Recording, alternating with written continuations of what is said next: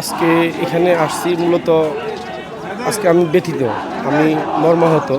গত এক সপ্তাহ যাবৎ যেদিন হাদিকে গুলি করা হয় সেদিন জুমার নামাজ পড়ে আমি অনলাইন পত্রিকা পড়ার অভ্যাস আছে, সবসময় করি এবং ফেসবুকে ঢোকার পরে যখন দেখতে পারি যে ওনাকে গুলি করা হয়েছে, তখন থেকেই আমার ক্রমবর্ধনে ভিতরে কান্নায় ভেঙে পড়ছি।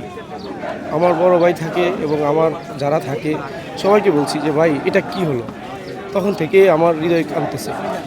যুক্তরাষ্ট্রের এক নম্বর জিম চেইন গোল্ড জিম এখন আবারও বাংলাদেশে বসুন্ধরা আবাসিক এলাকা ও বসুন্ধরা সিটি শপিং মলে। যখন যখন যখন শুনতে পারলাম যে আমাদের হাদি সাহেব মারা গেছে, তখন থেকেই আরও বেশি খারাপ লাগতেছে।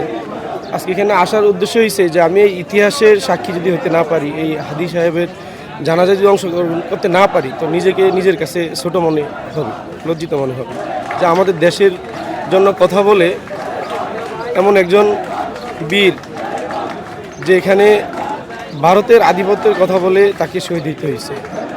এ দেশের জনগণ কি চায় এই সরকার বোঝে না। আমাদের যে সরকার বিপ্লবী সরকার হওয়া কথা ছিল, আমি তো মনে করব বর্তমানে যে অন্তর্বর্তী সরকার আছে উনি টোটালি ব্যর্থ। কারণ ওনাকে অনেক গর্ব করে এখানে আনা হয়েছে। উনি তো কোনো রাজনীতি করতো না, উনি তো আওয়ামী লীগ সরকারের আমলে উনি কী ছিল একজন আসামি ছিল, ওনার নামে মামলা ছিল, উনি বিচারিক কার্যক্রমে ছিল। ওনাকে দেশে আনা হয়েছে মানুষের অনেক আশা ভরসা করে।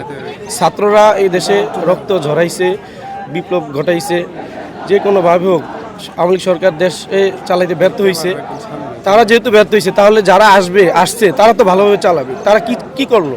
তারা তো বিপ্লবী সরকার হতে পারেনি, তারা এই দেশের জনগণকে নিরাপত্তা দিতে পারেনি। যারা এই দেশের জন্য কথা বলে তাদের এই দিন শেষ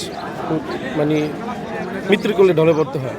এই যে শুটার যে গুলি করছে, ও তো জানা শোনা একজন ছাত্রলীগের কর্মী ছিল এবং একজন সন্ত্রাস ছিল, চিহ্নিত সন্ত্রাস ছিল।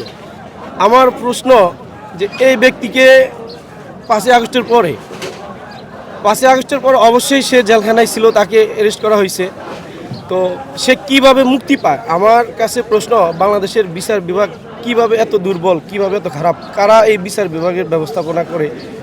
কেমন ভদ্রলোক ওনাকে জামিন করাইল?